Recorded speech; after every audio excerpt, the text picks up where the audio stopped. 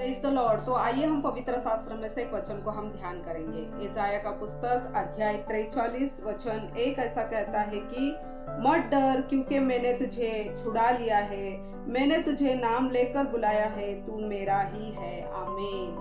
देखो, दुनिया में हम देखते हैं कौन हमें नाम लेकर बुला सकते हैं। बहुत सारे लोग हैं जो हमें नाम लेकर बुलाते हैं।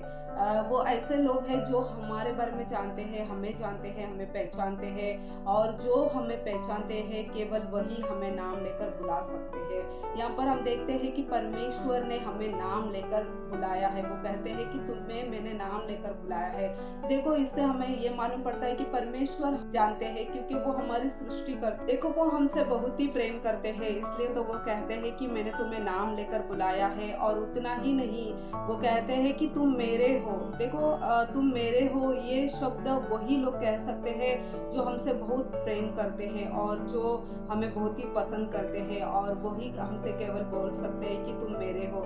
जैसे कि हम देखते हैं कि हमारे बच्चे हमसे कहते हैं कि मम्मी आप हमारे हो, मेरे हो, ऐसे कर कर कहते। मगर जैसे ही दिन बढ़ता जाता है, बच्चे जब बड़े हो जाते हैं, फिर वो इस शब्द को कहने को भूल जाते हैं और उनके मुंह से कभी आता भी नहीं है ये शब्द। मगर देखो, हमारा परमेश्वर सदा सर्वदा एक समान रहने वाला परमेश्वर है। भले ही हमारे आयु बढ़ सकती है, हमारी उम्र बढ़ सकती है, मगर परमेश्वर के लिए हम सदा सर्वदा एक बच्चे के समान ही है। जैसे एक माँ अपने बच्चे से प्रेम करती है, वैसे ही बच्चे की तरह ही वो हर एक समयों में वो हमसे प्रेम करता है। उसका प्रेम हम पर बहुत ही बड़ा है, इसीलिए तो वो कहते हैं कि तुम मेरे ही हो। क्या आज हम परमेश्वर से प्रेम करते हैं? और जिस तरह वो हमसे प्रेम करते हैं, वो कहते हैं कि तुम मेरे ही हो, और वो हमें नाम लेकर बुलाते हैं। क्या आज हमारा प्रेम उन पर है? क्या आज हम संसार के प्रेम के पीछे हैं, या फिर परमेश्वर के प्रेम को हमने चखा है? देखो, परमेश्वर का प्रेम अनोखा है, सबसे अलग है।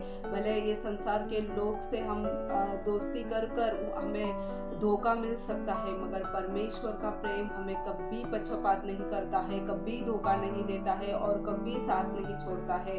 हम बहुत बार धोखा दे देते हैं परमेश्वर को, मगर परमेश्वर हमें कभी नहीं छोड़ता है, क्योंकि वो नाम लेकर बुलाने वाला परमेश्वर है। देखो, हम दिन से लेकर सुबह से लेकर रात तक हम बहुत ही परिश्रम करते हैं, बहुत मेहनत करते हैं, अपनों के लिए हम दौड़ते हैं, काम करते हैं, उनको खुश रखने की प्रयत्न करते हैं, और जैसा हम हमारे जिम्मेदारियों को निभाने की प्रयत्न करते हैं, और हम उन्हीं के प्यार में पढ़कर हम इतने कुछ कर देते हैं कि हमारे पूरे आयु को हम उनके लिए दे देते हैं।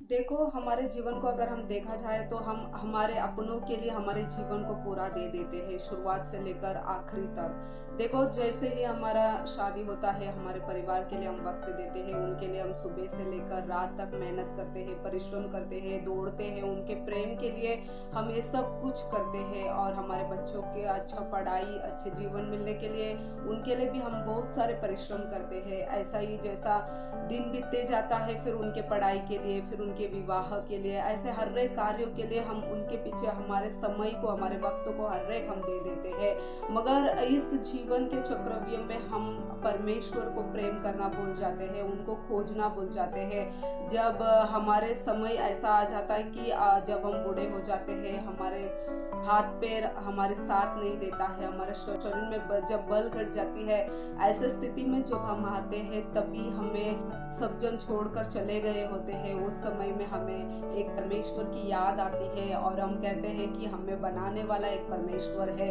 ऐसे कर कर हम याद करते हैं। देखो, जब हमारा सब कुछ खत्म हो जाता है, तब हम उसको याद करते हैं। उससे अच्छा क्यों ना, जब हमारे पास सब कुछ हो, जब हमारा बल हो, कुछ अच्छा हो, तभी से हम क्यों ना परमेश्वर से प्रेम करें, ताकि वो भी हमसे प्रेम करे, और आखिरी तक, आखिरी सांसें तक वो हमारे साथ न छोड़े, और उनका प्रेम हमारे अंदर इतना बन जाए कि हम उनके लिए भी जीना आरंभ करें, अपनों के लिए हम जिए और परमेश्वर के लिए भी हम जिए, ताकि हम परमेश्वर ने हमारे लिए जो दौड़ रखा है उसे हम धीरज से और अच्छे से हम दौड़े, ताकि उस मुकुट की ओर हम बढ़ सके, जो मुकुट हमारे लिए रखा गया है, जो कभी मुरझाने वाला नहीं है, और उस अनंत काल जीवन के लिए हम दौड़े अपने धीरज के साथ, अपने बनाने वाले, हमें सुलझाने वाले उस खुदा को हर समय याद करते हुए हम दौड़े, ताकि हमारा परिश्रम जो प्रभु में हम दौड़ते हैं वो व्यर्थ ना हो जाए। क्योंकि इस संसार का परिश्रम,